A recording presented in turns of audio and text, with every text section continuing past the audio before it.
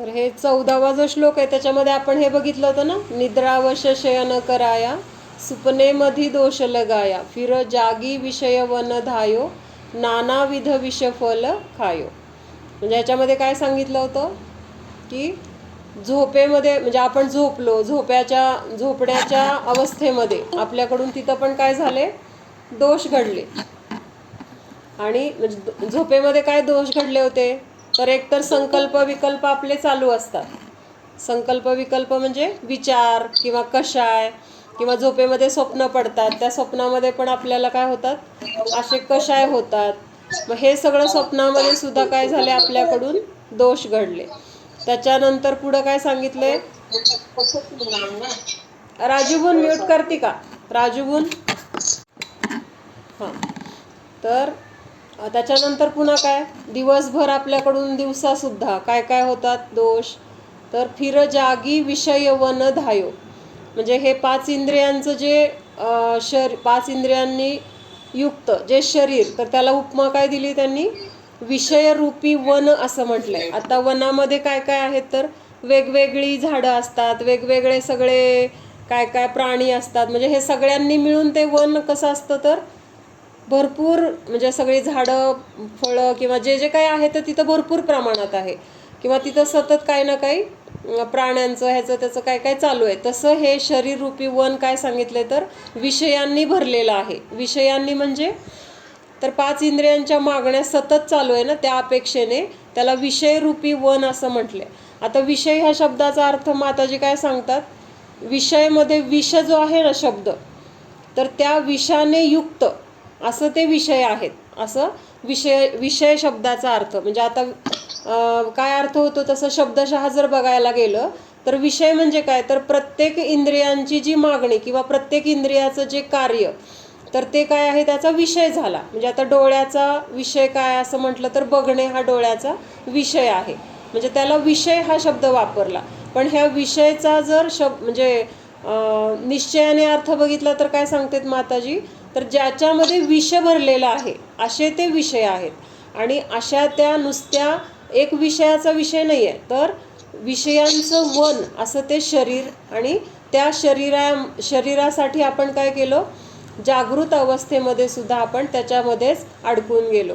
आणि त्याच्यासाठी आपण नानाविध विषफल खायो. म्हणजे खायो म्हणजे इथं फक्त रसनेंद्रियाचा विषय नाही घ्यायचा. याच्यामध्ये काय सांगितलंय, नानाविध विषफल खायो. म्हणजे फक्त रसनेंद्रियांनी खाल्लं तरच ते खाण्याचा विषय असं नाही आहे. तर डोळ्यांनी जे काही अनुभवलं, कानांनी जे काही ऐकलं, स्पर्शाने जे काही अनुभवलं, हे सुद्धा काय आहे, तर ते विषय आपण ग्रहण केले. म्हणजे काय झालं, तर त्याचा अर्थ ते खाल्ले असं तिथं त्यांनी लावलेलं आहे. म्हणजे नानाविध विषफल खायो. म्हणजे ह्या 5 इंद्रियांच्या अधीन झाल्यामुळं आपण असे त्यांचे वेगळे वेगळे विषय जे काय आहेत, तर ते विषय आपण ग्रहण केले. कसे ग्रहण केले, तर विषाच्या फळाप्रमाणे असलेले ते विषय आपण ग्रहण केले. कारण हे विषय आपण भोगल्यानंतर आपल्याला आनंद तर वाटतो, की भूक लागली होती आणि मनासारखं काय असेल ते मिळालं, पोट भरून जेवलो, मग तिथं आपल्याला काय वाटतं, हां मला आता सुख वाटलं, किंवा खाण्यामध्ये आपल्याला आनंद वाटला, पोट भरल्यानंतर आपल्याला समाधान वाटलं. किंवा जे आपण एखादं पिक्चर बघतोय, सिरियल बघतोय, तर ते आपल्या आवडीचं असेल तर तिथं रमलो, तिथं पण आपल्याला समाधान वाटलं. किंवा कानाने जे काय ऐकायला मिळालं त्याच्यामधून पण आपल्याला आनंद वाटला. म्हणजे असं प्रत्येक इंद्रियांच्या विषयामध्ये आपण तिथं जरी आपल्याला आनंद वाटत असला किंवा ते आपल्याला भोगत असताना छान वाटत असले, तरी त्यांना विष का म्हटलेलं आहे.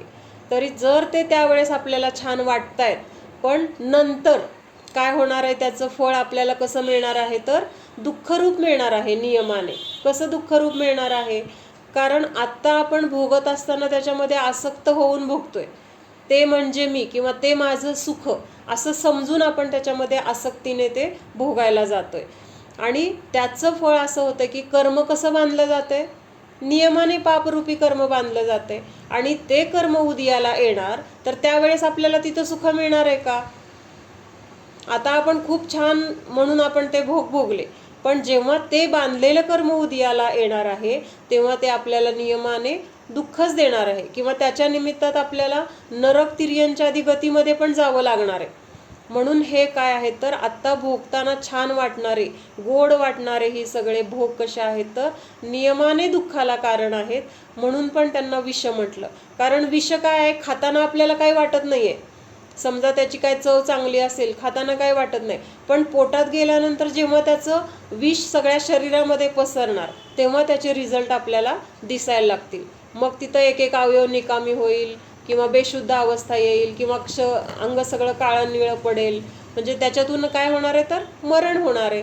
म्हणजे त्या विषाचं फळ कुठं घेऊन गेलं आपल्याला, मरणाकडे घेऊन गेलं. तसं हे 5 इंद्रियांचे जे विषय आहेत ते भोगताना आपल्याला किती जरी छान वाटले तरी सुद्धा ते कुठं घेऊन जाणार आहेत शेवटी आपल्याला तर नरकतिर्यांच्या अधिगतीमध्ये घेऊन जाणार आहेत किंवा आपल्याला नियमाने दुःखालाच कारण होणार आहेत. म्हणून त्यांना विष म्हटलं. मग आपण ते किंपाक फळ बघितलं होतं ना परवा. किंपाक नावाचं एक फळ आहे आणि ते इतकं सुंदर आहे दिसायला, आकर्षक. म्हणजे असं बघितलं की असं वाटावं किती सुंदर आहे. त्याचा वास मधुर आहे, चव सुंदर आहे. आणि खाताना मग तिथं आपण अगदी आंबा खाताना कसं वाटतं, वास छान आहे, दिसायला छान आहे, खाऊ वाटतो, त्याचा रंग वगैरे पण किती आकर्षक असतो. मग तसं ते फळ अतिशय सुंदर आहे. पण खाल्ल्यानंतर काय होतं तर नियमाने त्याचा मृत्यू होतो, जो खाणार आहे त्याचा. का, मग ते सुंदरच होतं फळ, खाताना चव पण छान लागली, पोट भरलं आपलं, आनंद मिळाला. पण शेवटी ते जेव्हा शरीरात गेलं तर त्या शरीरामध्ये गेल्यानंतर त्या विषाने त्याचं काम केलं आणि तिथं काय झालं, मरणाला प्राप्त व्हावं लागलं. मग ते फळ तर विषारी आहे हे आपल्याला कळतंय, ते नाही खायला पाहिजे किंवा त्याच्यामुळे आपण मरू, ही सगळं आपल्याला म्हणजे भीती आहे किंवा ते समजतंय. पण आपले हे भोग आपण जे रोज भोगतोय तर त्या भोगामुळे पण आपल्याला पुढे जाऊन मरावं लागतंय किंवा त्याच्यामुळे आपल्याला दुःख भोगावं लागतंय. किंवा आत्ताच्या आपल्या जीवनामध्ये ते जे दुःख आहे तर ते कशाचं दुःख आहे तर पूर्वी अशाच भोगलेल्या सगळ्या ह्या इंद्रियांच्या फळाचं ते दुःख आत्ता आपल्याला मिळतंय. हे आपल्याला आत्ता पटत नाही किंवा ते आपल्याला समजत नाही किंवा ते खरं आहे असं वाटत नाही. म्हणजे कुठल्याच गोष्टीने आपल्याला असं वाटत नाही की ही इंद्रियांचे हे जे विषय आहेत किंवा इंद्रियांच्या निमित्तात आपल्याला जे काही सुख वाटतंय तर ते आपल्याला पुढे जाऊन दुःख देणार आहे किंवा आत्ता आपण त्याच्यामुळेच दुःखी आहोत हे आपल्याला अजून सुद्धा खरं वाटत नाही. आत्ता सुद्धा आपल्याला जोपर्यंत ते भोग मिळत नाहीत तोपर्यंत आपण दुःखी आहोत की नाही. जोपर्यंत ते भोग आपल्याला मिळत नाहीत किंवा आपली इच्छा जे काही आहे ते भोगण्याची पूर्ण होत नाही तोपर्यंत आपण नियमाने कसे आहोत तर आकुलित आहोत, म्हणजेच दुःखी आहोत. कारण दुःखाची व्याख्याच काय सांगितली आहे, आकुलता म्हणजे दुःख किंवा दुःख म्हणजेच आकुलता. आणि जिथं आकुलता नाही तिथेच सुख आहे. मग ते छडालामधली ती ओळ आहे ना, आत्मके हित हे सुख सो सुख आकुलता विन कहिये. म्हणजे आत्म्याचं सुख, खरं सुख तेच आहे की ज्या सुखामध्ये आकुलता नाही. मग इंद्रियांचं हे सुख आपल्याला आकुलतेने सहित आहे का आकुलतेने रहित आहे, आपण विचार करायचा. प्रत्येक जी काही आपली इच्छा आहे किंवा जे काही आपल्याला इंद्रियांचे भोग आवडतात किंवा भोगायचे भोगावे वाटतात आपण भोगतोय, ते भोगत असताना त्याच्यामध्ये काही आकुलता आहे का हा विचार करून. म्हणजे ते भोग भोगायचे नाही आहेत किंवा भोगायचं सोडायचंय असं मला म्हणायचं नाहीये, पण ते रोज आपण जे भोगतोय ते भोगताना हा विचार तरी कमीत कमी मनामध्ये आणायचा आहे की हे माझ्या दुःखाचं कारण आहे का किंवा हे निराकुल सुख देणारं आहे का. जे अशा दोन्ही बाजूनी जर विचार केला तर आपल्याला लक्षात येतंय इच्छा उत्पन्न झाली इथंच काय आलं, दुःख आलं. इच्छा म्हणजेच आकुलता आहे आणि आकुलता म्हणजेच दुःख आहे. म्हणून जिथं इच्छा नाही, काय नाही, जिथं इच्छा नाही तिथं आकुलता नाही आणि जिथं आकुलता नाही तिथं दुःख नाही. म्हणजेच तिथं काय आहे, निराकुलता आहे, तिथं दुःख नाही कसलाही. आणि असं जे सुख आहे कसं, जे निराकुल आहे, म्हणजे ज्याच्यामध्ये इच्छा आणि आकुलता नसल्यामुळं जी काही एक शांती समाधान आहे तर ते सुख कसं आहे तर आत्म्याच्या हिताचं आहे किंवा त्याच्यामध्येच आत्म्याचं खरं हित आहे. अन्य कुठल्याही सुखामुळं आपल्या जीवाला सुखाची, खऱ्या सुखाची किंवा निराकुल सुखाची प्राप्ती होत नाही. म्हणजे हे इंद्रियांचं जे सुख आहे तर ते सुख हे नियमाने काय आहे तर आकुलतेने सहित आहे. आणि आकुलतेने सहित आहे म्हणजेच ते सुखाचं आपल्याला आभास निर्माण करून देते, पण ते खरं सुख नाही. मृगजळ कसं आहे की पाणी आहे असं वाटतंय आपल्याला, पण तिथं पोहोचेपर्यंत लक्षात येते की अरे इथं पाणीच नाही आहे. म्हणजे ते सुख आपल्याला भोगताना तर वाटतंय आपल्याला सुख आहे किंवा सुखासारखं, पण नंतर लक्षात येते की हे सुख नव्हतंच, हे तर दुःखच आहे. म्हणजे ह्याच्यासाठी एक उदाहरण दिलं जातं की समजा रोज आपले पाय दुखत आहेत, गुडघे दुखत आहेत उठता बसताना, किंवा कंबर दुखतीये, म्हणजे हे रोजचं आपल्याला आता ठराविक 50 नंतर वगैरे सर्वसाधारण सगळ्यांना हे चालू होतं. मग आपल्याला रोजच दुखतायत त्याची जाणीव आहे, पण एक दिवस काय झालं, दात दुखायला लागला. सकाळी उठला आणि काय जाणीव झाली की आपला दात दुखतोय किंवा दाढ दुखते, आणि दिवसभर ती दाढ ठणकते. मग त्यावेळेस पण पाय दुखतायत, त्यावेळेस पण कंबर दुखती रोजच्यासारखं, पण आता लक्ष कुठे आहे आपलं, दाताकडे. मग डॉक्टरकडे गेलो, डॉक्टरांनी गोळी दिली, ती पेन किलर खाल्ल्यानंतर 1 तासाने काय झालं, आपलं दुखणं कमी झालं दाताचं. आणि आता कसं वाटतंय, हा हा हा माझं दुखणं कमी झालं, दाढ दुखायचं बंद झाला, आता मला कसं छान वाटतंय. आता त्यावेळेस तिथं पाय दुखायचं दुखणं आहे का नाही, गुडघे गुडघे म्हणा किंवा कंबर आहे, पण आता तिथं आपल्याला असं सुख का वाटतंय की माझे दात दुखायचं, जे काही दाढ दुखी होती, तर ती दाढदुखी थांबली आणि मला आता बरं वाटतंय. म्हणजे जे काही उत्पन्न झालं होतं ते शांत झालं, आणि त्याच्या शांत होण्याला आपण सुख मानतोय. मग त्यामुळे ते खरं सुखच नाहीये. फक्त जे काही दुखत होतं ते दुखणं आपण काय केलं, शांत केलं, किंवा ते दुखणं नष्ट झालं, आणि ते नष्ट झालेल्या दुखण्यामुळं स्वतःला आपण सुखी मानतोय. तिथं नवीन सुख आलंय का कुठून, सुखाची तिथं उत्पत्ती झाली का, हा म्हणजे थोडा अवघड वाटेल, पण हे इंद्रिय सुख आपण असंच भोगतोय. लक्षात येतंय ना मला काय म्हणायचं, कळलंय ना, की अगोदर पाय दुखतात ते रोजचं असतं म्हणून आपण त्याच्याकडे दुर्लक्ष केलं. हे नवीन दुखणं असल्यामुळे त्याच्याकडे कॉन्सन्ट्रेट केलं, असं झालं ना दाताचं.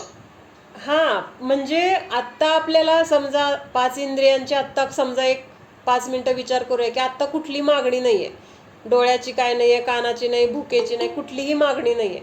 मग त्यावेळेस आपण आत्ता निवांत आहेत, आणि थोड्या वेळाने काय इच्छा झाली की मला चहा प्यायचा आहे. मग चहा प्यायला आपण करायला गेलो, दूध नासले उन्हाळ्यामुळं, आता आणेपर्यंत आणायला कोण नाहीये दूध, मग तिथं ते दूध आणून चहा पिईपर्यंत आकुलता आहे की नाही.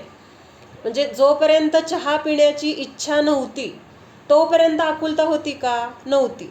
मग आता ही आकुलता सुरू झाली, मला चहा प्यायचंय, दूध नेमकं नसलं, बाहेरच ठेवलं म्हणून नसलं, म्हणजे त्याच्यामध्ये आपण असे खूप विकल्प करणार, आणि हे विकल्प म्हणजे त्या आकुलतेमुळं आहेत किंवा आणखीन आकुलता उत्पन्न करणारे आहेत. म्हणजे दोन्ही आहेत का एकमेकाला. मग आपण काय प्रयत्न करतो, दूध नसलंय का, ठीक आहे मागवूया. मग मागवायला गेलो तर तिथं मागवायला कोणी नाही मिळत आहे. मग ह्याला सांग कोण रिकामं नाही आहे, किंवा कोण नाहीच आहे, किंवा ते दुकानच बंद आहे जिथून दूध आणायचं आहे ते, असं काहीतरी कारणाने त्या चहासाठी काय झाली, लांबण लागली, आणि आपल्याला वेळेवर चहा मिळाला नाही. 1 तासाने चहा दूध आलं आणि मग आपण चहा पिलो. मग आता चहा पिल्यानंतर थोडा वेळासाठी आपण शांत झालो. का शांत झालो, तर चहा पिण्याची जी इच्छा तासभर आपली चालली होती ना, त्या इच्छेमुळं जी आकुलता चालली होती, कधी चहा मिळणार, कधी दूध येणार, हे दूध कसं नसलं, हे विकल्प जे होते ते तासभर विकल्पामुळे आपण दुःखी होतो. आणि आता चहा पिल्यानंतर थोडा वेळ आपण शांत झालो, किंवा आपल्याला समाधान झालं, हां आता कसं मला बरं वाटतंय चहा पिल्यामुळं. मग आता हा विचार करायचा आहे की चहा पिण्याची इच्छा उत्पन्न होण्यापूर्वी आपण दुःखी होतो का चहामुळं, चहा प्यायला मिळत नाही म्हणून, किंवा दूध नसलंय म्हणून. म्हणजे इच्छा उत्पन्न झाली, ते दुःख होते, त्या दुःखाला शांत करण्यासाठी आपण चहाचे प्रयत्न केले, चहा बनवण्यासाठी दूध आणायचे, किंवा ते प्रयत्न करून आपण चहा केला आणि पिलो. म्हणजे आपण काय केलं, तर जी इच्छा आपल्या मनामध्ये उत्पन्न झाली होती त्या इच्छेला आपण काय केलं, शांत केलं. आणि त्या इच्छेला शांत केल्यानंतर आपल्याला काय वाटतंय, आता मला सुख वाटतंय. जरी आपण तिथं हा विचार करत नाही, हा मी आता सुखी झालो, पण तिथं मनाला बरं वाटतंय म्हणजेच आपल्याला सुख वाटतंय ना. म्हणजे तीच आपली अपेक्षा असते ना, आपल्याला जे आवडतं ते मिळालं म्हणजे आपण सुखी, हीच आपली काय आहे तर मान्यता आहे. मग आता तिथं काय झालंय, फक्त एक इच्छा उत्पन्न झाली होती, आणि ती इच्छा जोपर्यंत पूर्ण होत नव्हती तोपर्यंत आपण दुःखी होतो. आणि जेव्हा ती इच्छा पूर्ण झाली तेव्हा तिथं काय झालो आपण, तेवढ्या वेळासाठी ती इच्छा शमली असं म्हटलं गेलं, किंवा त्यामुळं आपण सुखी झालो असं म्हटलं गेलं. म्हणजेच काय, सुखाची व्याख्या काय झाली इथं, इच्छा उत्पन्न झाली होती, ती इच्छा नष्ट केली आणि ती इच्छा नष्ट झाल्यामुळं तिथं आपण सुख मानलं. पण जर इच्छाच आपल्याला उत्पन्न झाली नाही, इच्छाच जर उत्पन्न झाली नाही तर तिथं आकुलता होणार आहे का? आकुलताच जर उत्पन्न झाली नाही तर ती आकुलता नष्ट करण्यासाठी आपल्याला प्रयत्न करायची गरज आहे का? म्हणजे सुख, नक्की सुख काय आहे आणि आपण नक्की सुख कशात मानतोय. म्हणून हे इंद्रियांच्या द्वारे जे आपल्याला सुख मिळतंय ना, ते सुख नाही तर सुखाचा आभास आहे. का आभास आहे? ते मिळालेली जी गोष्ट आहे ना, तर ती आता माझ्याकडे कायम राहणार आहे, त्या गोष्टीमुळे मला आता कायम सुख होणार आहे, किंवा मला आता परत दुःख होणार नाही, किंवा मला परत ती इच्छा उत्पन्न होणार नाही, अशी जर एखादी गोष्ट आपल्याला मिळाली तर मग आपल्याला म्हणता येईल की बाबा मी आता कायमचं सुखी झालो. पण ही इच्छा उत्पन्न होते, ती इच्छा जोपर्यंत आहे तोपर्यंत दुःख आहे, ती इच्छा पूर्ण झाली की आपल्याला शांत वाटते. म्हणजे आपण सुख कशाला मानलं, तर उत्पन्न झालेल्या इच्छेला शांत करण्यामध्ये आपण सुख मानलं, किंवा त्या इच्छेमुळं उत्पन्न होणाऱ्या दुःखाला नष्ट करण्यामध्ये आपण सुख मानलं. पण ते इच्छा उत्पन्न होणं किंवा इच्छेमुळं होणारं दुःख, ह्याला आपण कायमचं नष्ट करतोय का? तात्पुरतं शांत करतोय. आत्ता एक म्हणजे चहा पिण्याची आत्ताची तल्लफ आपली भागली, पण असं आहे का की परत आपल्याला आता चहा पिण्याची इच्छाच होणार नाही? होणार आहे का नाही? चहाचं एक उदाहरण घेतलंय, म्हणजे ते काही कुणासाठी कोणाला आवडतंय असं म्हणून नाहीये बरं का. ज्याला जे आवडते त्याने तिथं ते लावून घेतलं तरी चालेल. जेवणाची इच्छा, आज पोट भरून खाल्लं, किंवा आज आपल्या आवडीचा पदार्थ जो आहे, रस आहे, खूप आवडतो, पोट भरून खाल्ला. असं आहे का की बाबा परत आपल्याला उद्या किंवा संध्याकाळी इच्छा होणार नाही रस खायची, आंबा खायची? परत इच्छा उत्पन्न होते.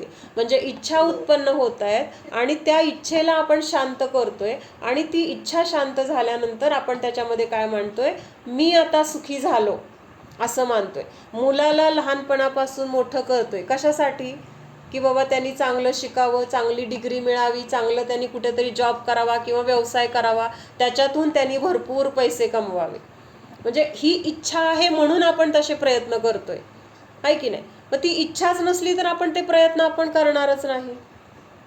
दात दुखलाच नाही तर आपण डॉक्टरकडे जाणार आहे का? गोळी खाणार आहे का? आणि गोळी खाल्ल्यानंतर बरं वाटलं असं आपण विचार करणार आहे का?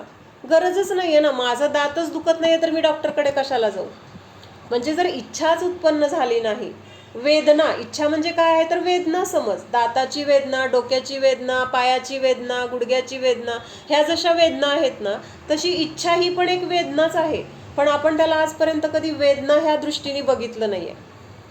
जे दुःख देतं त्यालाच वेदना की नाही. समजा आता खूप दाढ दुखते, कसं होतं आपल्याला, हैराण होतं, कुठं लक्ष लागतं का, दात दुखायला लागलाय किंवा आणखीन काय, खूप जोरात पोट दुखतंय, जे काही असेल वेदना, मग तिथं आपण त्याला वेदना, म्हणजे का वेदना म्हटलं जातंय त्याला, तर ते आपल्याला दुसरीकडे कुठं लक्ष दिलं जात नाहीये, त्याच्याकडेच आपलं लक्ष केंद्रित होतंय, किंवा ते कधी कसं नष्ट होईल किंवा त्याच्यामुळे मला किती त्रास होतो ह्या चिंतनामध्ये आपण अडकलोय.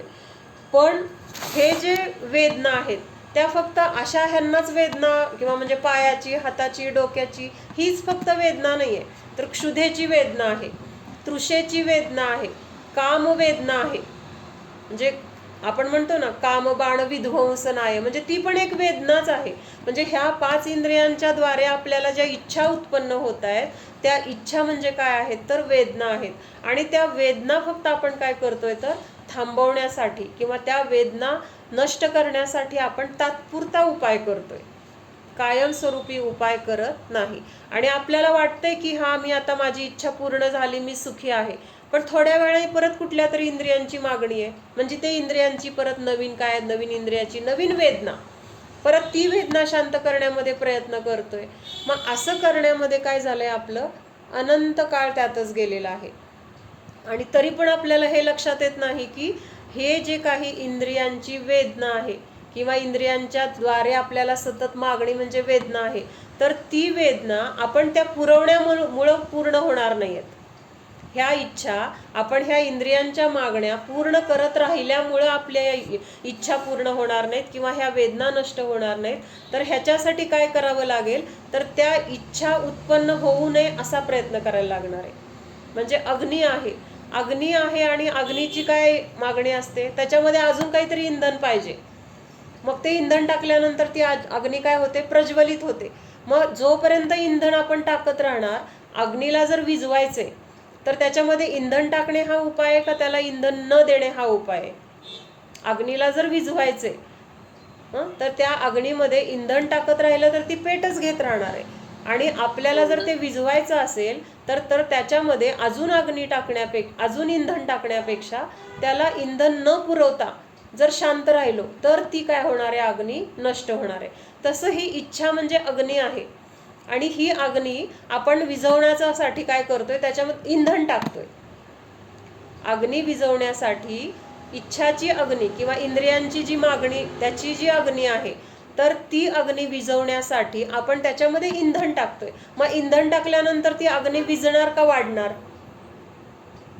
म्हणजे भुकेची आग पेटली होती, आपण असं व्यवहारामध्ये बोलताना पण बोलतो की नाही, भुकेचा काय डोंब उसळला होता किंवा पोटामध्ये आग पडली, माझ्या इतकी भूक लागली आहे. म्हणजेच ती आग आहे. मग ती आग विझवण्यासाठी आपण त्याला अजून इंधन टाकायचे का ते थांबवायचे इंधन टाकणं? मग आजपर्यंत आपण काय केलंय, अग्नी विझवण्यासाठी त्याच्यामध्ये इंधन टाकत गेलोय. म्हणजे उपाय काय करत गेलोय, तर उलटा उपाय करत गेलोय. म्हणून जर आपल्याला इच्छेमुळे त्रास होतोय ना, तर इच्छा पूर्ण करणे हा त्याचा उपाय नाहीये. इच्छेमुळे मला दुःख आहे, इच्छेमुळे मला आकुलता आहे, तर ती इच्छा पूर्ण करून मला शांत वाटतंय, पण हा माझा चुकीचा उपाय आहे, चुकीचा मार्ग आहे. मला जर इच्छेमुळे त्रास होतोय तर मला इच्छा नष्ट करणं हा त्याचा उपाय आहे. ज्या गोष्टीमुळे मला त्रास होतोय तर ती गोष्ट नष्ट करायला पाहिजे का त्या गोष्टीला खत पाणी घालायला पाहिजे? काट्याचं झाड आहे आपल्या दारामध्ये आणि ते झाड कसं आहे, काटेरी असल्यामुळं सतत आपल्याला येता जाता टोचतंय किंवा त्याचे काटे तिथं पडल्यावर पायात घुसतायत किंवा लागतंय, असं सगळं त्रास होतोय. मग आपल्याला तिथं काय करायला पाहिजे, ते काट्याचं झाड काढून टाकण्यासाठी त्याला जर आपण पाणी घालत राहिलो, खत घालत राहिलो, तर ते झाड वाढणार का म्हणजे वाळून जाणार? जर ते झाड आपल्याला नको आहे तर तिथं पाणी घालणं बंद करायला पाहिजे, तर ते झाड वाळून जाईल किंवा मग ते काढून टाकता येईल वगैरे, किंवा मुळापासून काढायचं हा त्याचा प्रयत्न असायला पाहिजे.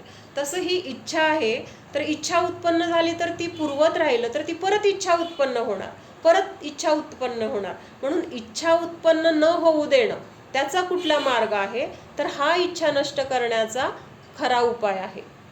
आणि हा उपाय जर आपल्याला मिळाला तर मग आपल्याला आकुलताच होणार नाही किंवा दुःखच होणार नाही, नवीन कर्म बंद होणार नाही, ही चतुर्गतीमधलं भ्रमण आपलं थांबेल आणि निराकुल सुखाची प्राप्ती होईल.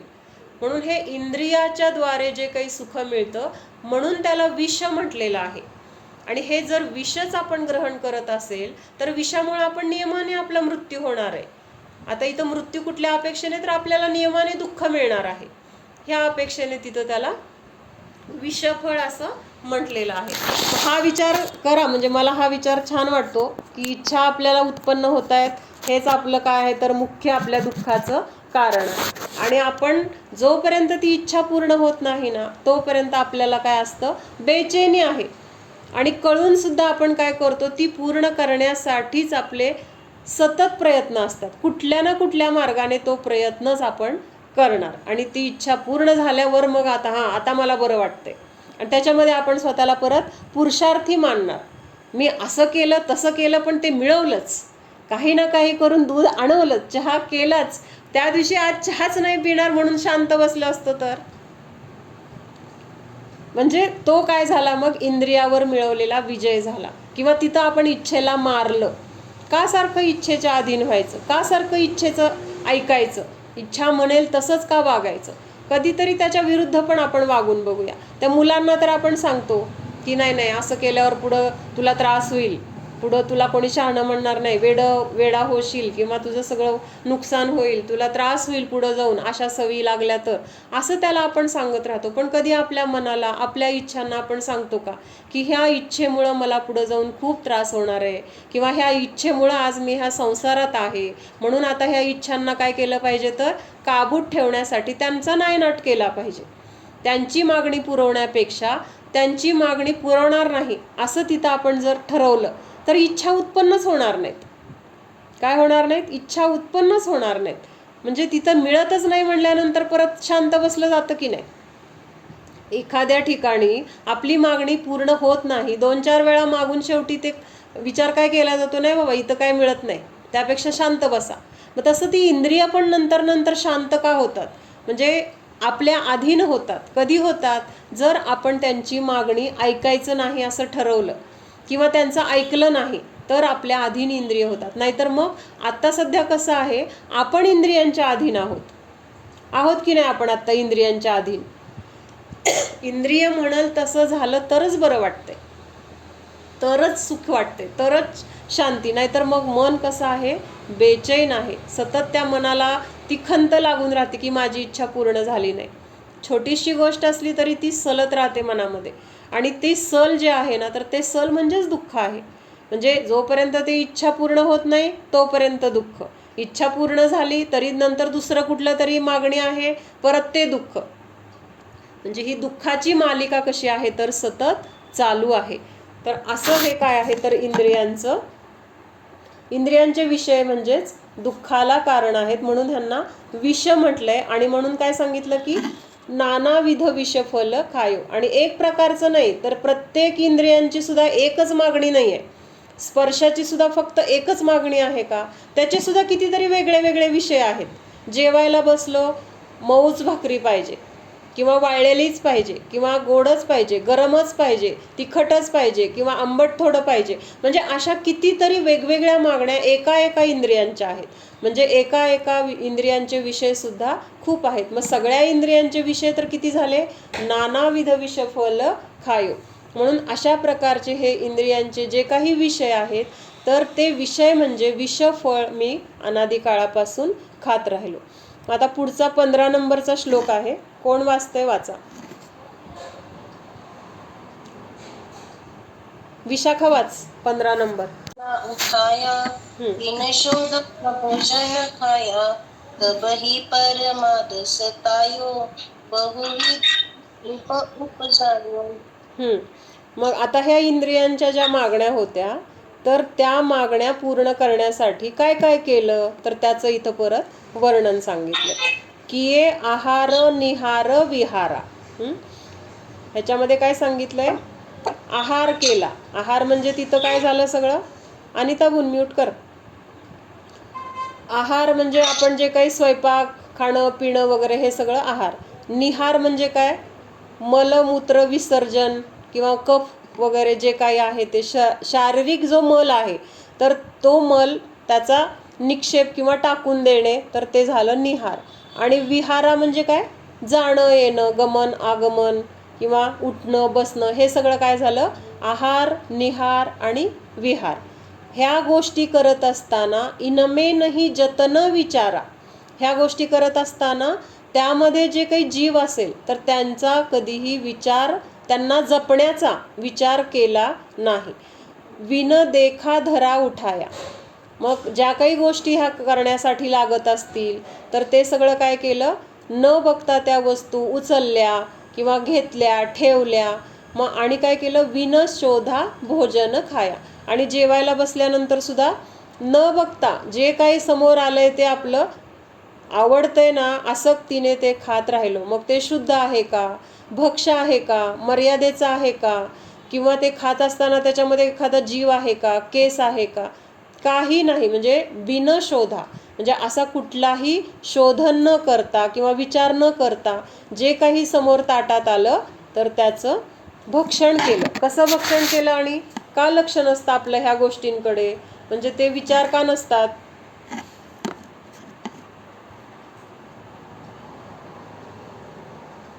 वनमालाबाई, कोण बोलते? बोलू नका. हा, शांत बसा आणि दार लावा. You're muted because a lot of मग इथं people are येऊन on this बसायला call. सांगा आणि दार लावा. आत येऊन बसू द्या इथं. हा, दार लावून फक्त बसा. जियाला मग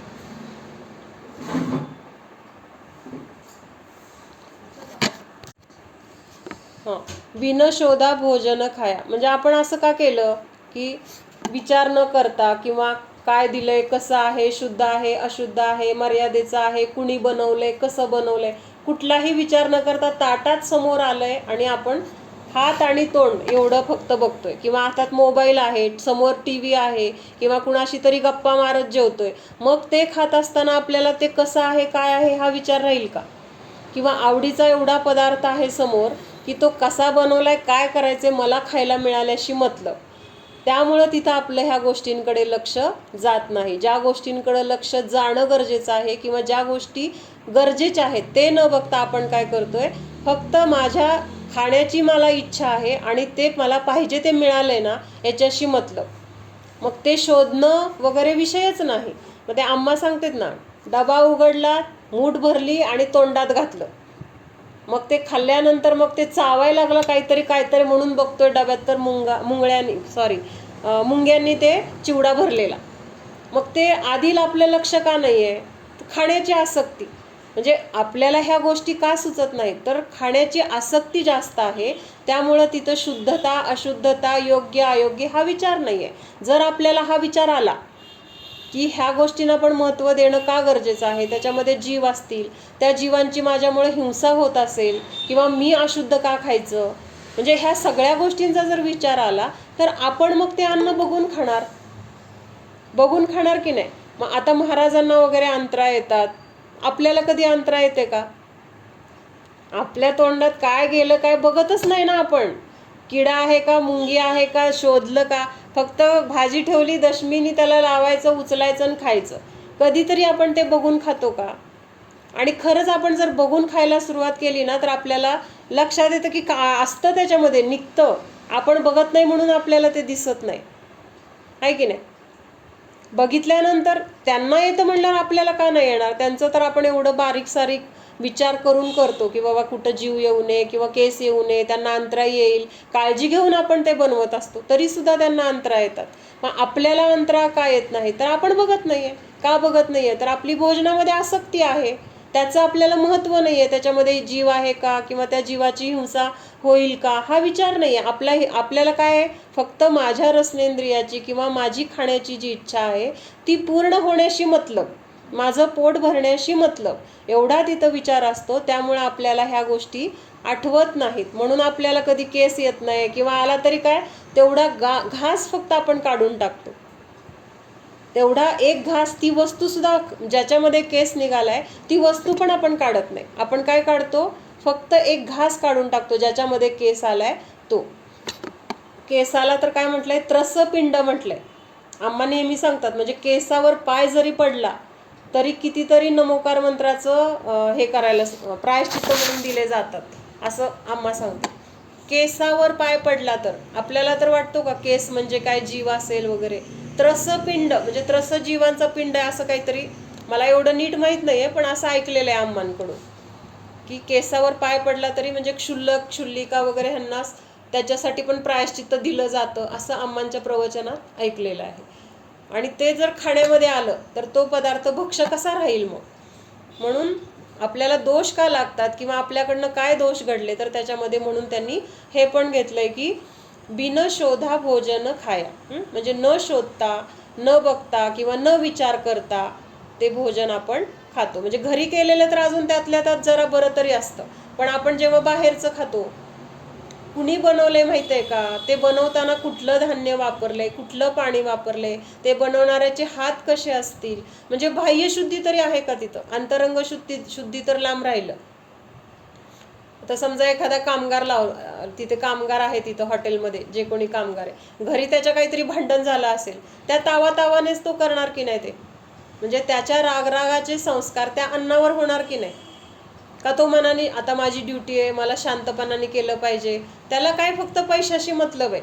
त्या अन्नावर त्याचे राग द्वेष रूपी मनामध्ये जे काही संकलेश परिणाम आहेत, तर त्याचे सगळे त्याच्यामध्ये काय होणार आहेत, त्याचे त्या अन्नावर संस्कार होणार आहेत. मग तिथं तो शुद्धतेने बघत असेल का, ह्याच्यात जीव आलाय का, ह्याच्यामध्ये काय पाणी चांगलं आहे का, उष्टा ग्लास घेतलेला त्यानेच पाणी घेऊन त्याच्यामध्ये घातलंय, काही नाही. आपल्याला समोर बघितल्यावर फक्त वाटतं हे उष्ट आहे, हे घेऊन ये, पण तिथं कोण बघितलंय, शुद्ध आहे का, अशुद्ध आहे का, उष्ट आहे का, कसलंय, काही नसतं. मग तिथं आपल्याला वाटतं का हे भोजन फक्त दिसतं ना, वा कलर मस्त आहे, वा टेस्ट मस्त आहे, एवढं फक्त आपल्याला तिथं माहित आहे. बाकी काय त्याच्यामधली शुद्धी आपण बघायला जात नाही. हा, पुढचं काय सांगितलंय, तबही परमाद सतायो बहुविध विकल्प उपजायो. आणि मग असं जे काही भोजन आपण खातो आणि मग त्याच्या निमित्तात परत काय होतं, तर प्रमादच आपल्याला होतो, किंवा तो प्रमाद आपल्याला त्रास देतो. सतायो म्हणजे काय, त्रास देतो. त्रास देतो म्हणजे आपल्याला काही करू वाटत नाही, किंवा कुठली गोष्ट आपण उल्हासाने धर्म करायचा असेल किंवा काय असेल, तिथं महत्त्व कशाला येतं, मग नाही नाही मला आता खूप आळस आलाय, मला कंटाळा आलाय, जाऊ दे, नंतर बघता येईल, नंतर करता येईल, आज नको. म्हणजे असं कुठल्या ना कुठल्या प्रकारे आपल्याला हा प्रमाद त्रास देतो, किंवा वेगवेगळ्या प्रकारचे विकल्पच आपल्या मनामध्ये इतके उत्पन्न होतात की त्या विकल्पामध्येच आपण अडकून परत तशाच प्रकारची कार्य करत राहतो.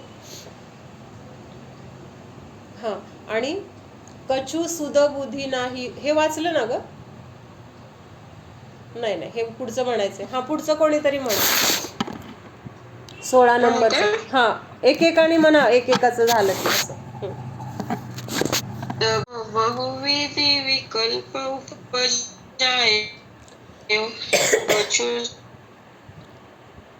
सुपी बुद्धि नाही रही है, दिन रही मिथ्यामती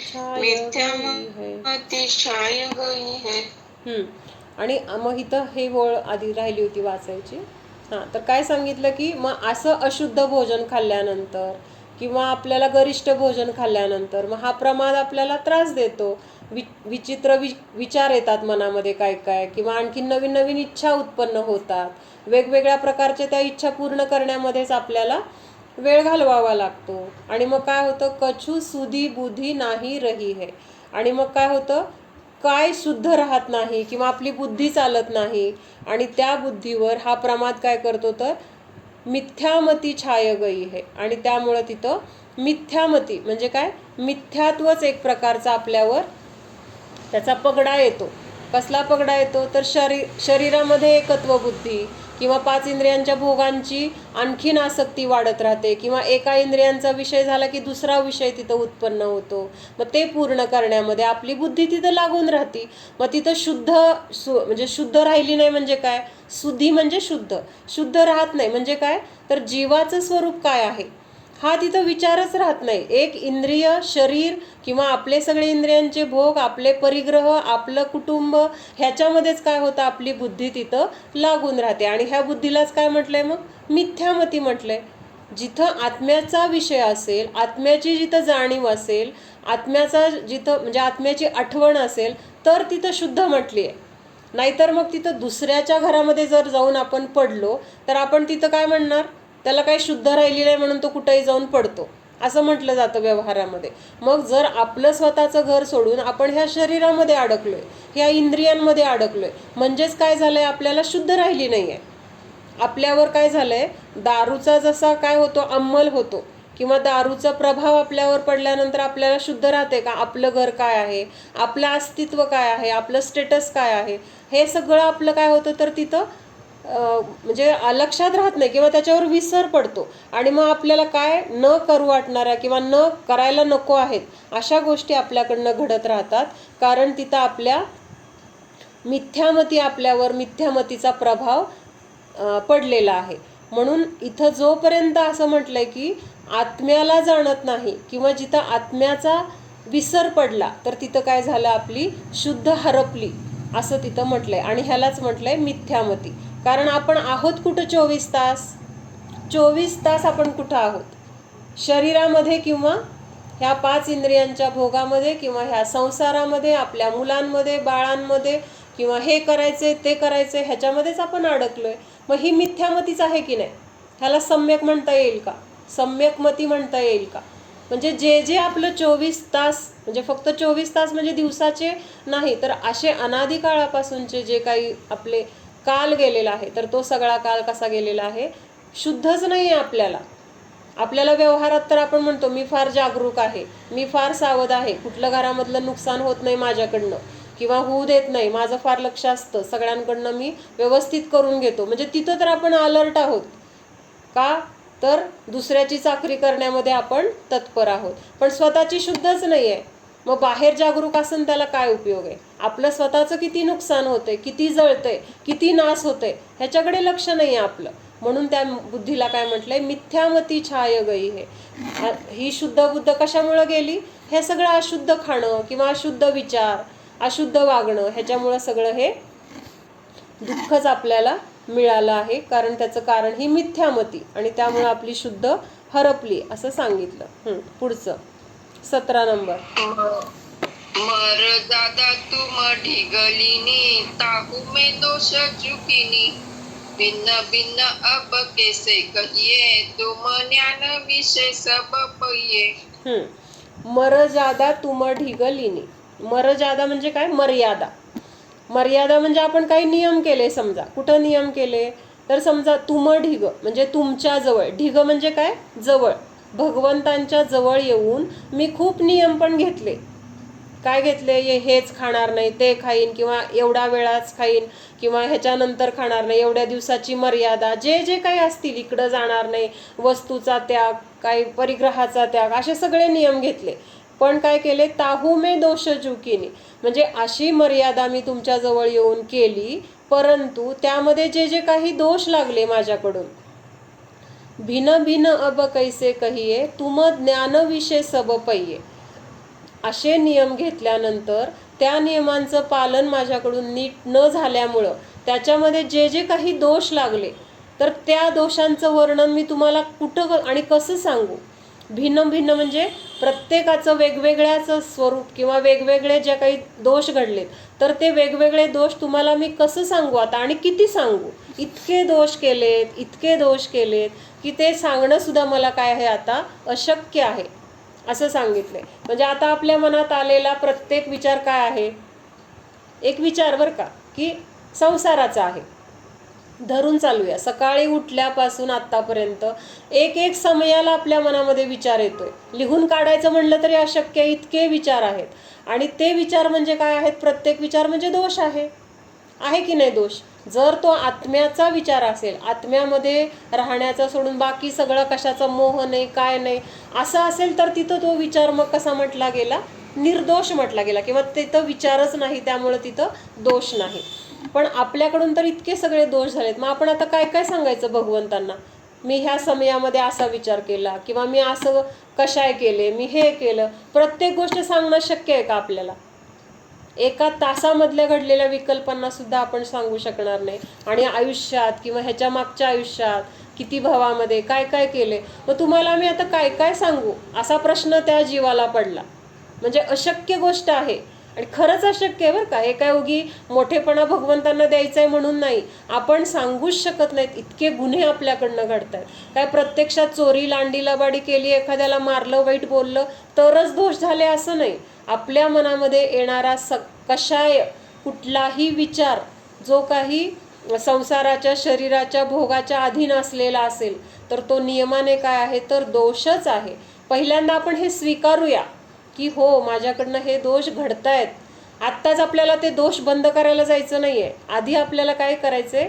स्वीकारायचे की माझं चुकतंय का, परीक्षा करायची आहे. मग परीक्षा केल्यानंतर हो, माझं हे चुकतंय हे स्वीकारायचे.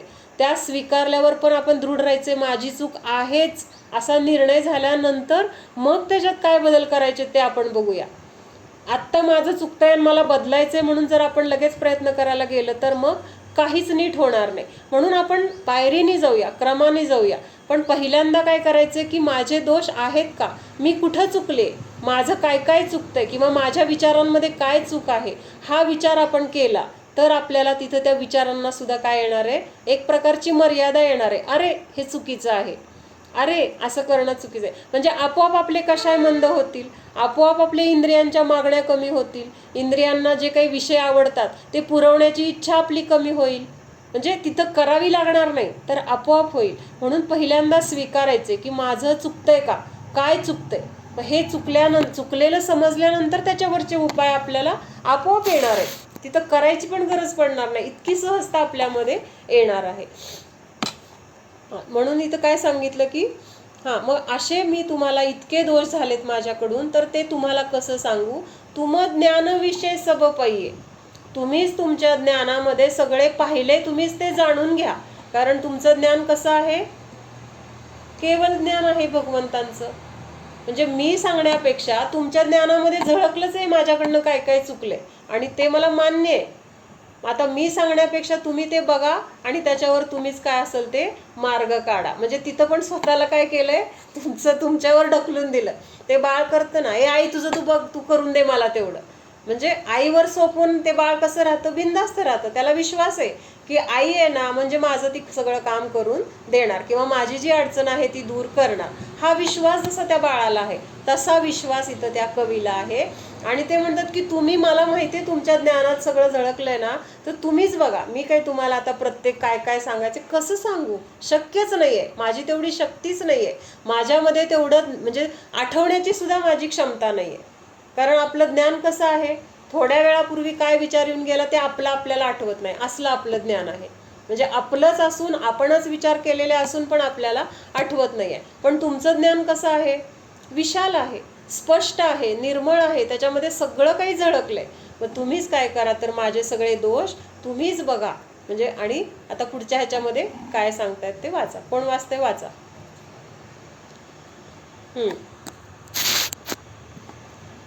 18 नंबर. हा मैं दुष्ट अपराधी, रस जीवन राशि विरागी, ठावर की जतन न कीनी, पूर में करुणा नहीं लीनी. मग आता तरी पण ते शेवटी कुठंतरी असं सांगू वाटतंय. मग ते काय सांगतात की स्वतःचा अपराध कबूल करतायत. हा मैं दुष्ट अपराधी. दुष्ट म्हणजे काय, दुष्ट. मी दुष्ट आहे, मी अपराधी आहे. काय गुन्हा केलाय, त्रस जीवन राशी विराधी. त्रस जीवन म्हणजे काय, त्रस जीवांची, राशी म्हणजे काय, राशी कशाला म्हटलं जातं, ढीग. म्हणजे मोठ्या प्रमाणात, जिथं भरपूर आहे. थोडं का असलं तर काय आपण म्हणतो 10 5 आहेत, 100 आहेत, पण तिथं मोजता येणार नाहीत अशी राशी. तर त्या धान्याची राशी वगैरे म्हणतो, म्हणजे त्या धान्याचे कण किती असतील त्या राशीमध्ये. तसं इथं त्रस जीवांच्या, म्हणजे इतके तिथं जीव आहेत की त्यांची राशीच्या राशी माझ्याकडून काय झाली, विराधना झाली किंवा त्यांची हिंसा झाली. आणि त्यामुळे त्यांनी स्वतःला काय म्हटलंय, मी दुष्ट. म्हणजे आता त्यांनी म्हटलंय, म्हणजे आपण स्वतः तर रचना करत नाहीये, पण आपल्याला हे सगळे गुन्हे आपल्याकडनं झालेले आहेत. म्हणून आपण त्यांच्या शब्दाचं अवलंबन घेऊन आपण आपले पण हेच गुन्हे आहेत हे स्वीकारायचे. मैं दुष्ट अपराधी, मी दुष्ट अपराधी आहे, कारण मी अशा त्रस जीवांची राशीच्या राशी त्यांची विराधना केली. विराधना म्हणजे फक्त त्यांना दुखवलंच नाहीये, तर त्यांचं मरण होईपर्यंत त्यांना त्रास दिला किंवा त्यांचं मरण झालंय, त्यांची हिंसा झाली, त्यांची हातपाय तुटले गेले असतील, त्यांचे अवयव मोडले गेले असतील, जे काही असेल ते अशा प्रकारे त्यांची विराधना केली. ठावर की जतन न कीनी. आणि ह्या त्रसजीवांची विराधना तर केलीच केली. आता त्रस म्हणजे इथं हे प्रत्येक वेळेस लक्षात घ्यायचंय की सप्तधातूंचे जे बनलेले आहेत, सप्तधातूमय ज्यांचं शरीर आहे आणि 2 इंद्रियापासून 5 इंद्रियापर्यंतचे जे जीव आहेत, तर त्यांची राशीच्या राशी माझ्याकडून मारली गेली किंवा हिंसा केली गेली. थावर की जतन न कीनी. थावर म्हणजे काय, स्थावर जीव. मग जे काही स्थावर जीव आहेत, एक इंद्रियापासून, म्हणजे एक इंद्रियामधले सुद्धा कितीतरी एकेंद्रिय राशी आहेत. म्हणजे आता पृथ्वीकाईमध्ये असे कितीतरी प्रकार आहेत, अग्निकायिक, जलकायिक, वायुकायिक, असं प्रत्येक जीवांची त्यांची सुद्धा काय केली, कधीही त्यांचा विचार केला नाही, त्यांना सांभाळलं नाही. जतन न कीनी म्हणजे त्यांना सांभाळलं नाही, म्हणजेच त्यांची पण काय केली, तर विराधना केली. कशामुळे झाली ही विराधना, त्रसजीवांची किंवा स्थावर जीवांची. माझ्याकडून विराधना का झाली? उरमे करुणा नहिलिनी, कारण माझ्या मनामध्ये किंवा माझ्या हृदयामध्ये त्या जीवांच्या विषयी करुणा नाहीये, दया नाहीये. आणि ही दया नसल्यामुळं किंवा ही दया न ठेवल्यामुळं ह्या सगळ्या जीवांना काय केलं मी? त्यांची विराधना केली किंवा त्यांना दुखवलं. पुढची ओळ 19 नंबर. जीवांचं सांगितलंय. पृथ्वी बहुखोद कराई. आता एकेंद्रियांची कशी आपण हिंसा केली, काय काय केलं तर ते सांगतायत. पृथ्वी खोदली कशासाठी? कधी शेतीसाठी, कधी काय अजून ते जागा वगैरे बांधकामासाठी पण आपल्याला पहिल्यांदा पाया खणावा लागतो, ते केलं. अजून कुठल्या दुसऱ्या कारणासाठी असेल तर तिथं ती पृथ्वी खोद करून त्या पृथ्वीकायिक जीवांची हिंसा केली. आणि पृथ्वीकायिक फक्त जीवांचीच हिंसा झाली का तिथं पृथ्वी खोद करत असताना? तर त्याच्या सान्निध्यात किंवा तिथं राहणाऱ्या सगळ्या त्रसजीवांची सुद्धा तिथं काय झाली? हिंसा झाली. कारण तिथं आता समजा काही किडे मुंग्या असतील, मुंगळे असतील किंवा ते तसले गांडूळ असतात, साप असतात, मग त्यांच्यावर कुदळ मारली तर आपल्याला ते दिसले नाहीत आणि कुदळ मारली तर त्यांची तिथं आपोआप काय झाली? हिंसा झाली. म्हणजे स्थावर बरोबर त्रसजीवांची पण हिंसा झालीच. महालाधिक जागाची नाही, किंवा जे महाल किंवा घरदार हे जे काही बांधकाम तर त्याच्यासाठी तिथं बांधकाम करण्यासाठी असेल किंवा अशा प्रकारे तिथं हिंसा झाली. विन गाल्यो पुनी जल ढोल्यो. आणि काय केलं? न गाळलेलं पाणी, म्हणजे पाणी गाळलं नाही आणि परत काय केलं? एकतर ते पाणी न गाळता वापरलं आणि जल ढोल्यो म्हणजे जल वापरलं, सांडलं. म्हणजे त्या पाण्याचा सुद्धा काय केला? अपव्यय सुद्धा केला. म्हणजे गरजेपुरतंच वापरलं असं नाही. एकतर गाळून घेतलं नाही, हा तर दोष आहेच.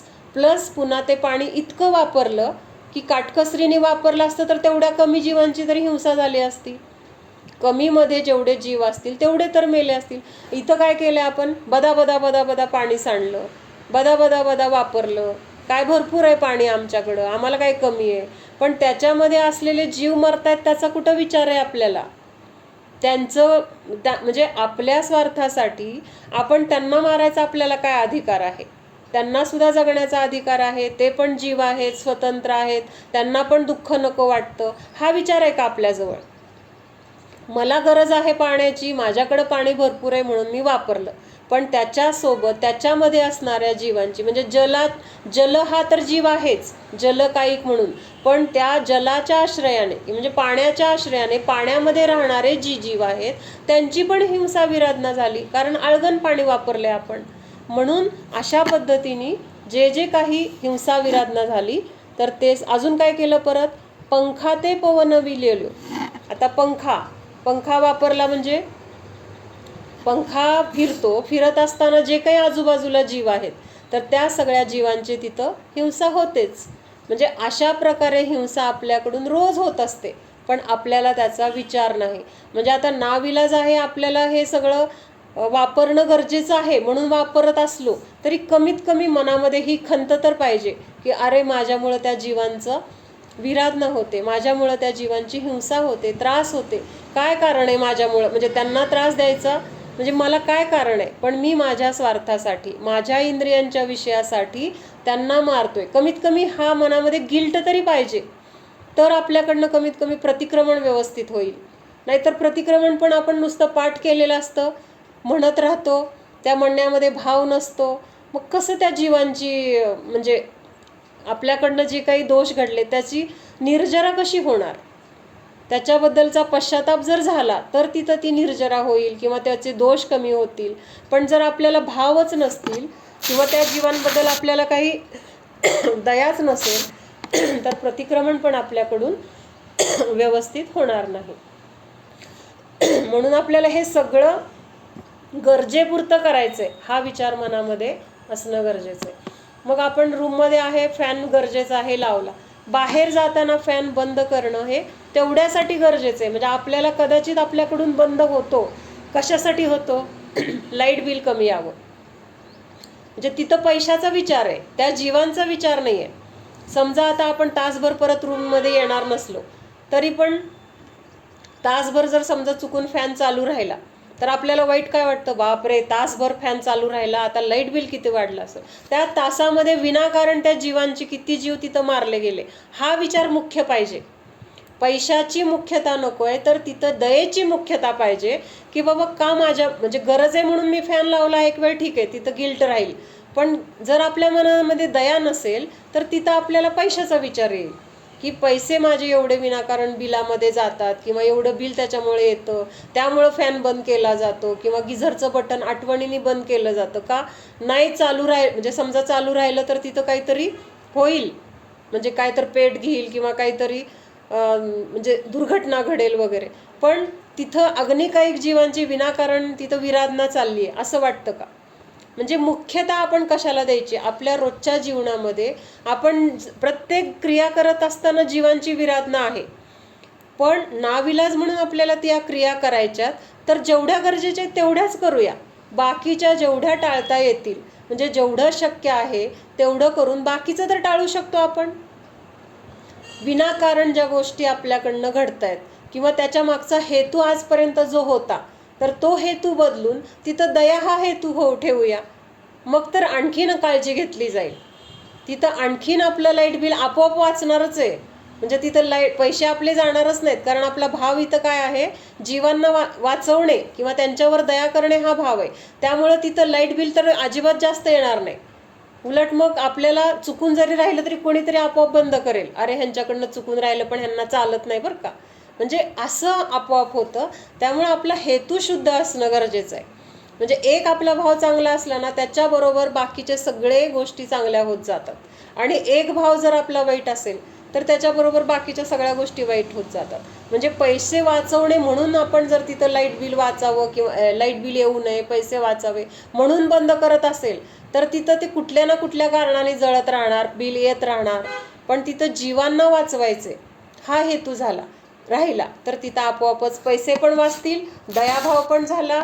त्या ज्या जीवांची आपल्याकडनं हिंसा विराधना झाली, तर ते सुद्धा पुन्हा जेव्हा आपल्या म्हणजे संयोगामध्ये येतील तर तेवढा त्रास आपल्याला त्यांच्याकडून होणार नाही. म्हणजे ह्या पुढच्या सगळ्या गोष्टी काय होत जातात, सरळ होत जातात. पुढचं कोण वाचतंय?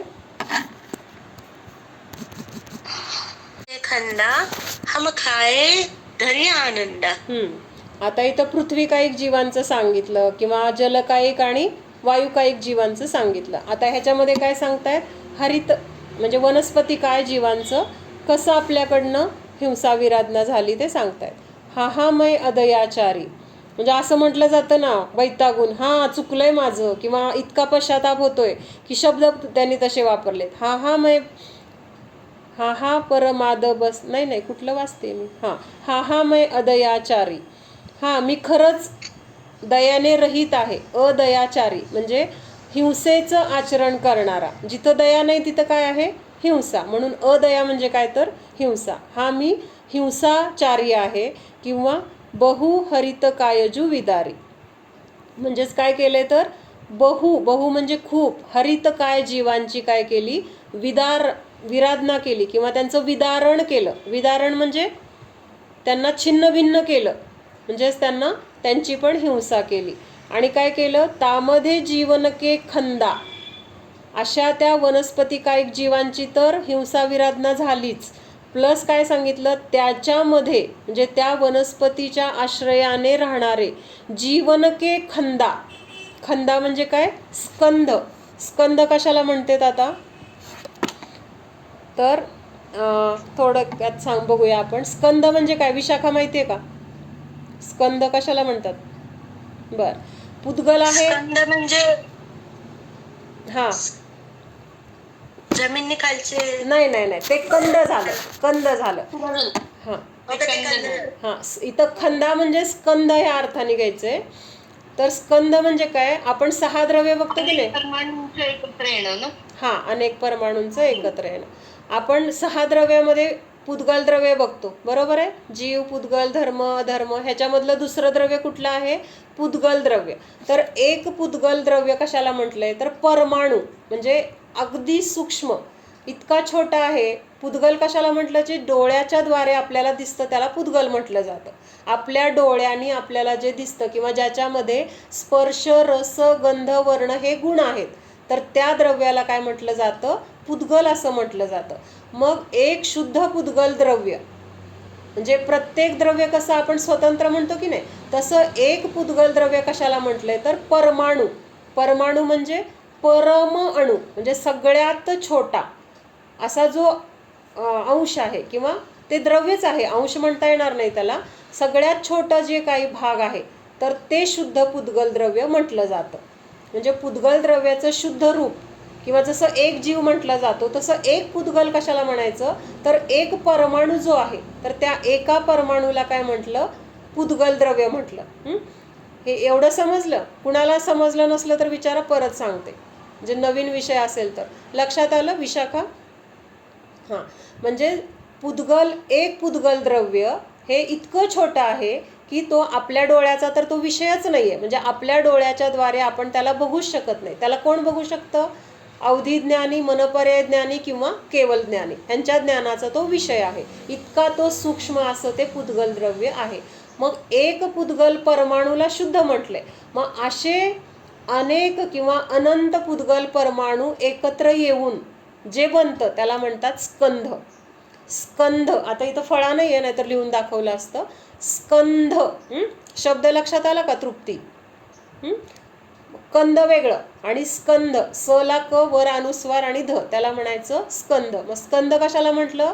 अनेक पुद्गल परमाणूंनी जे बनलंय. म्हणजे आता एक कण आहे आणि असे अनेक कण एकत्र आले. म्हणजे आता लाडूचा एक कण समजा, एक उदाहरणार्थ आपण घेऊया, तर तो झाला पुद्गळ. आणि अशा अनेक कणांनी मिळून एक लाडू बनला, तर त्या लाडूला काय म्हटलं? मग स्कंद म्हटलं. मग तशा त्या जीवांचा स्कंद, कळलं का? म्हणजे काय? अनेक जीवांची, म्हणजे वरती शब्द वापरला होता त्यांनी राशी, आता इथं काय शब्द वापरला? स्कंद. म्हणजे अर्थ दोन्हीचा सेमच झाला की ज्या ठिकाणी खूप जीव आहेत, ढिगाणी जिथं जीव आहेत असं सांगितलंय. म्हणजे हरित काय? हे वनस्पती काय जीव आहे. म्हणजे एखादी वनस्पती हे तर वनस्पती काय आहे, पण त्या वनस्पती कायीच्या आधाराने राहणारे, म्हणजे त्या वनस्पतीवर राहणारे किंवा तिथं उत्पन्न होणारे, त्याच्यावर जगणारे असे किती जीव आहेत, तर ते पण ढिगाणे आहेत. आणि अशा जीवांना काय म्हटलं तिथं? मग स्कंद म्हटलंय.